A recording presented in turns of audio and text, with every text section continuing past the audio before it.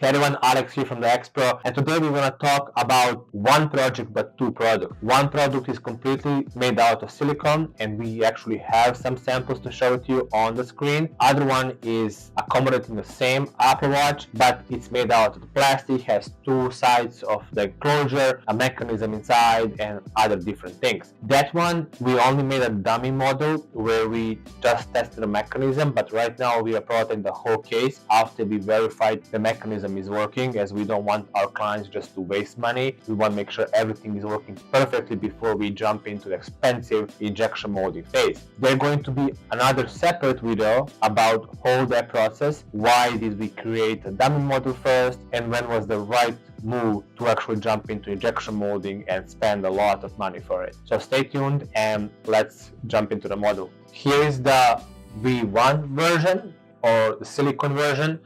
As you can see, it's very simple. Everything is integrated into one housing, and this is basically made for the molding. The watch is going inside, and that's it. For this, we don't make any technical drawings. We just file for manufacturer to make the unit, and we have some completed samples, as you can see here, and the back side with the client's logo, and the front side where you can see the watch. So we also made a packaging for it that I'm going to show you. So packaging can accommodate all sizes, and it's made for the silicone and the plastic version. More complex model is the plastic version of the similar unit. However, it has different functions and the mechanism is complex. We made a dummy prototype for this one so we can test the mechanism. So what we did is we created a testing unit that held only the bottom piece so we can test all these pulleys and bearings. Once that was approved, we created a casing that is currently in the process of injection molding. So as you can see here, this unit has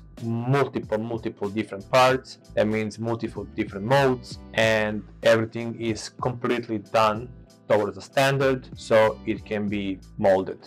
As you can see here, we have very nice overlap. This is not a waterproof case, so there is no IP rating on it. There are some off-the-shelf parts, but most of them are custom. They're going to be at least 3 different sizes for different Apple Watches, and when we have something complex like this, we produce 2D drawings so manufacturer can actually understand how to assemble it, and also so we know which part goes where. This is a very recent project. We began on January 16th, so it takes a couple of months from basically first revision to the last one, and that'll be about it. Once when we receive the prototypes, we're gonna make a new video focusing just on this version so you can see a step by step how did we create this unit. Thank you for watching.